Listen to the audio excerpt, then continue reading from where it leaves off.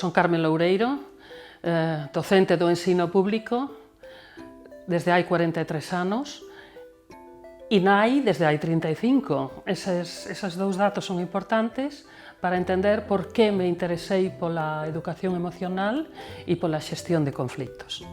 Hai algunhas cousiñas que son previas a calquer programa ou a calquer abordaxe da educación emocional e para os pais e as nais compre que teñan clariño varias cousas, que cando un neno nace é unha oportunidade e cada oportunidade pode ter riscos, pero tamén cousas maravillosas, posibilidades extraordinarias.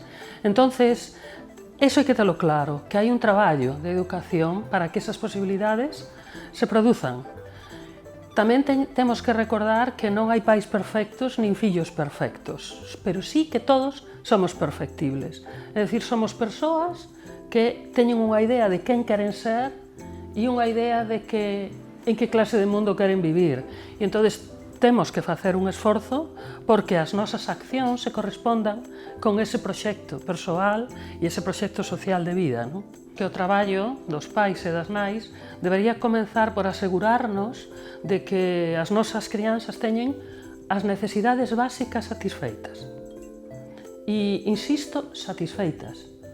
Pero compre tamén que teñamos en conta que non podemos nin adiantarnos, é dicir, non cubrir a necesidade antes de que o neno sinta esa falta, esa carencia. Para que un neno disfrute da auga, ten que ter sede. Se xa o embutimos e lle damos auga antes de que tenga sede, non vai experimentar o placer de cubrir unha necesidade.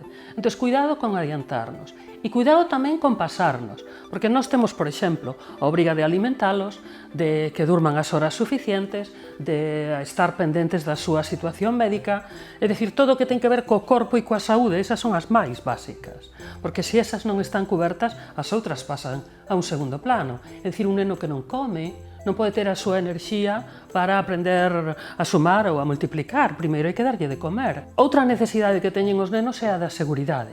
Necesitan sentirse seguros, ter un apego coa familia, saber que estamos aí, sempre cerca, que os imos protexer se hai algún peligro. Pero cuidado, se nos pasamos, produce o efecto da sobreprotección. E sobreprotexer é poñerlle casi cadeas nos pés ás criaturas. Eles necesitan explorar o medio no que están, necesitan desenvolver as súas habilidades físicas, por tanto, teñen que subirse, baixarse, trepar. Non podemos estar constantemente vixiándoos e pretendendo que estén dentro dunha campaña de cristal, sí? Para que nada do que está fora os moleste, os inquede. Non, teñen que experimentar. Claro que nós temos que estar cerca e estar aí para consolar se se caen e se lastiman, pero hai que os deixar experimentar, porque además esta necesidade correlaciona moitísimo con outras dúas, a de afecto e sobre todo a de autoestima. Porque nós creemos que un neno vai a ter mellor autoestima si lle decimos cousas bonitas, sí, pero vai ser que non. A autoestima aumenta e mellora cando o rapaz sinte que é capaz de facer cousas. É dicir, vos vedes cando son pequeniños e son capaces de meter o botón dentro do burato. Mira, fíxeno só, síntense orgullosos. Ainda que vayan no burato que non é, non importa. O importante é que a súa labor motriz se fai efectiva. É dicir, temos a tendencia, e agora máis, porque andamos un pouco apurados, a facer por eles o que xa poden facer por si mesmos. E entón estamos quitando a oportunidade de sentirse orgullosos, seguros, tranquilos, capaces. E además temos a tendencia de que son moi pequenos, xa aprenderán, perdón, como que irades instaurar eses hábitos na adolescencia, vai ser moito máis complicado. Por qué? Porque cando son pequenos miran ao adulto como se fosse un deus. E se o profe lles di non se tiran papéis no chan, corrixen hasta os propios pais. Non se tiran papéis no chan, que a miña profe di que non, É dicir, o adulto para un pequeno é o deus que todo o sabe, que non che vai a intentar enganar, que che ensina cousas boas. Na adolescencia é distinto. Na adolescencia os adultos caemos do noso pedestal. E temos que caer, porque eles están construindo a súa identidade. E construyen a súa identidade por enfrentamento co adulto.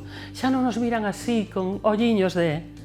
Xa nos miran de frente e a veces incluso nos miran así. E establecer normas, poñer límites, crear hábitos, no momento que están borrocas, que dirían os de Euskadi, aí é dificilísimo, é unha loita de poder. É que decir que o que non fagamos cando son pequeniños, despois vai nos costar moitísimo máis. Que pasa coa educación emocional? Que é imprescindible. Absolutamente imprescindible. Temos que coñecer as nosas emocións básicas, as que veñen de serie, as que temos todos en común e é fácil identificalas. Dicir, cando estou alegre voo e non teño peso, pero cando estou triste son casi aceiro. Sí?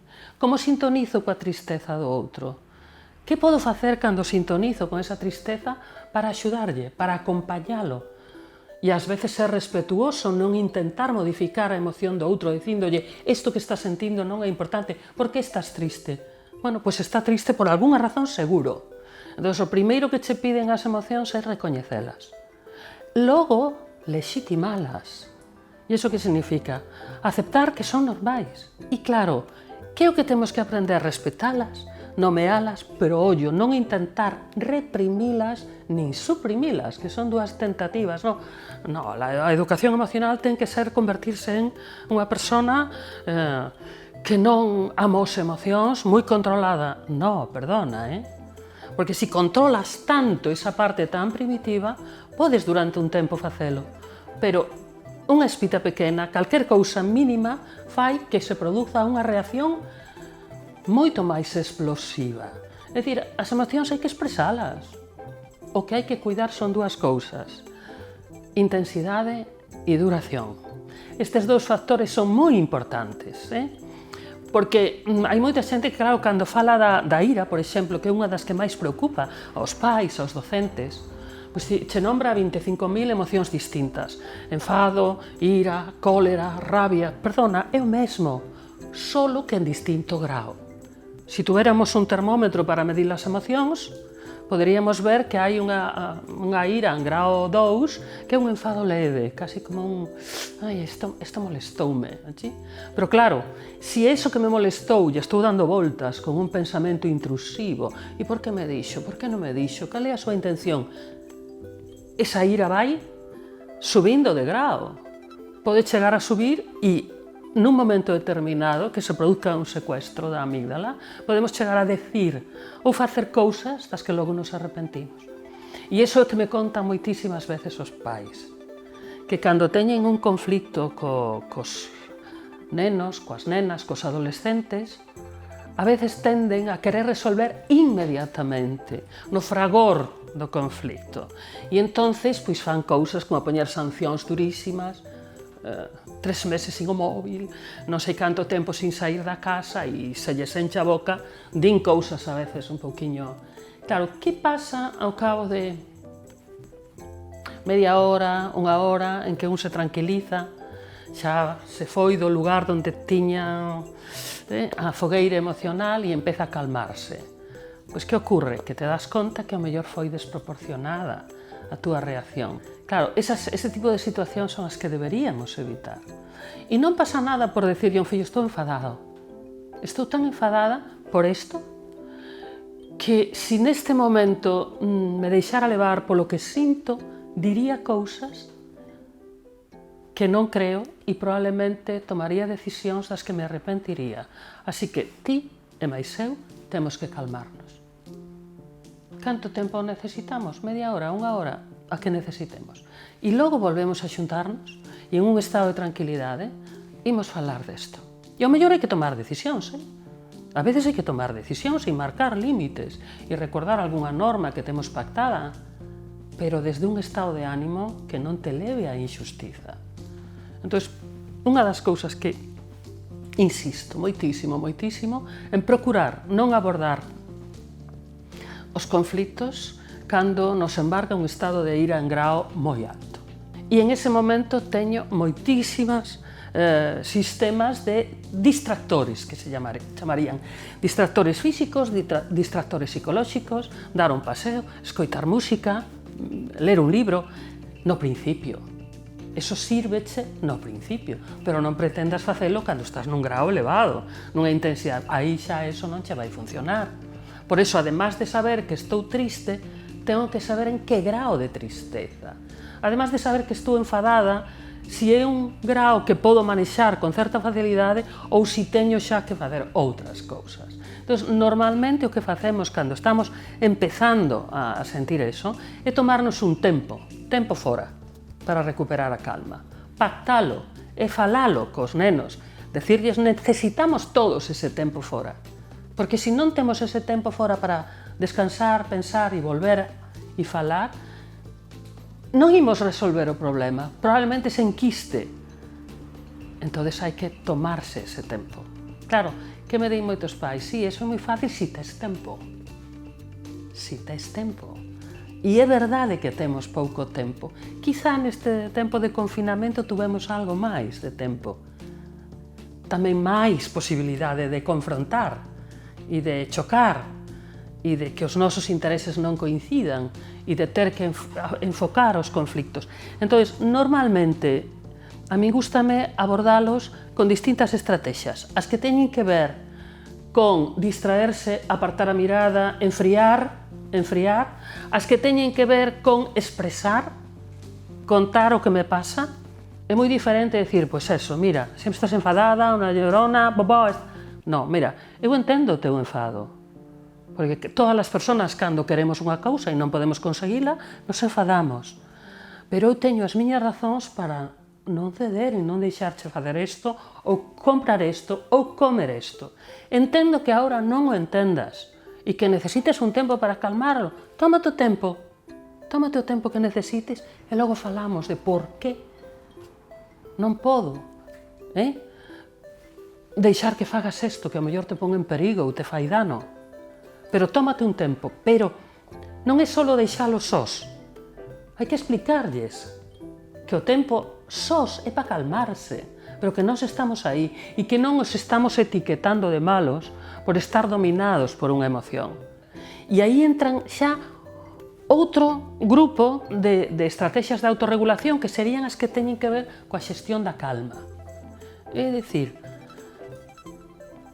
controlar a atención, a que lle presto atención, expresar as emocións e se as facemos de maneira artística, pois mellor, a través da pintura, da música, da danza, as emocións dan saída.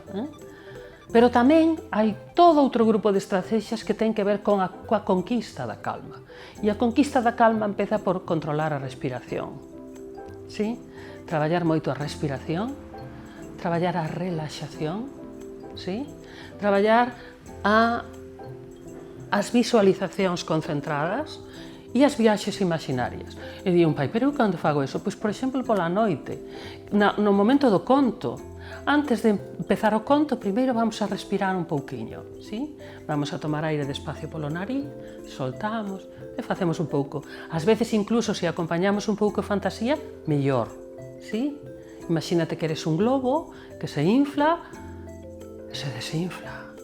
Sí?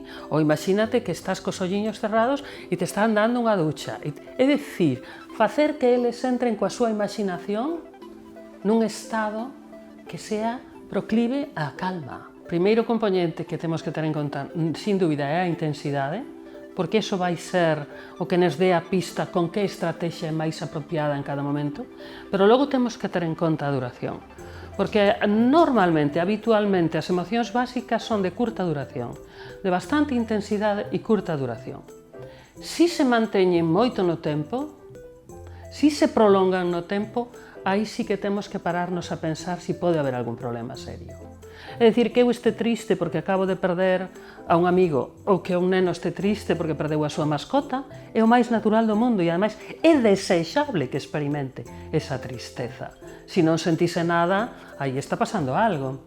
Ora ben, se pasan días, semanas, meses e esa tristeza sigue aí, tinguindo todo o seu día a día, aí deberíamos empezar a preocuparnos, porque estaríamos pasando dunha emoción básica a unha patoloxía emocional. A motivación do logro é importante tela en conta porque no fondo é saber que estimula os nosos fillos, que fai que teñan curiosidade, desexo de aprender, desexo de explorar, que é o que lles importa. Importa o que nos importa a nós. E canto máis nos empecinamos nalgo, máis rexeitan eles aquilo que lles propoñemos. Más que eso, hai que estar atento ao que se lles dá ben, ao que lles gusta, e descubrir esa faceta e potenciala. E darlle todas as ferramentas que poidamos para que se sinta a gusto facendo algo. Pero claro, eso vai acompañado da demora da gratificación. E lo de la demora da gratificación parece que non está de moda. Eso de esperar para conseguir algo non é problema dos nenos e das nenas, é problema de todos. Queremos que todo se resolva xa. Queremos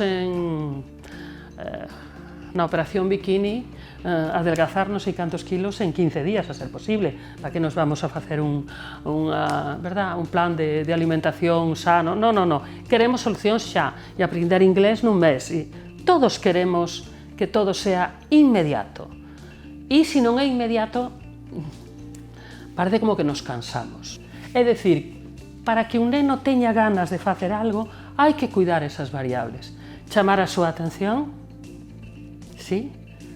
Que vayan hacia o que chama a súa atención, que produza algún tipo de placer, que acaben considerando que eso merece a pena repetir e que sintan que cando están nesa actividade teñen un plus de viveza. Claro, se consigues que a unha criatura lle pasen estas cousas, xa non tes ti que andar motivando. Xa vai rodado. E xa empeza a parecerlle tan interesante que lle merece a pena o tempo que invirte, o esforzo que pon, sí? Porque é un esforzo placenteiro e porque consigue cousas, aquilo que desexaba está aí e pode acadalo, ten ilusión e aprende a demorar a gratificación. Toda a gratificación, tú queres ser un bo xogador de fútbol, non vai a ser porque un día collas un balón. Se queres tocar ben o violín, non vai a ser porque collas o arco e... Eso necesita un tempo, necesita disfrutar do proceso, non solamente do resultado, ir disfrutando do proceso. E claro, con esas variables hai que xogar se queremos que estén motivados. Ora, é ben certo que non é fácil, porque neste momento teñen demasiados estímulos atractivos que chaman a súa atención, cos que disfrutan, que repiten e que non están na escola, nin a veces nas propostas da familia. Pero a sociedade estalles ofertando motivación,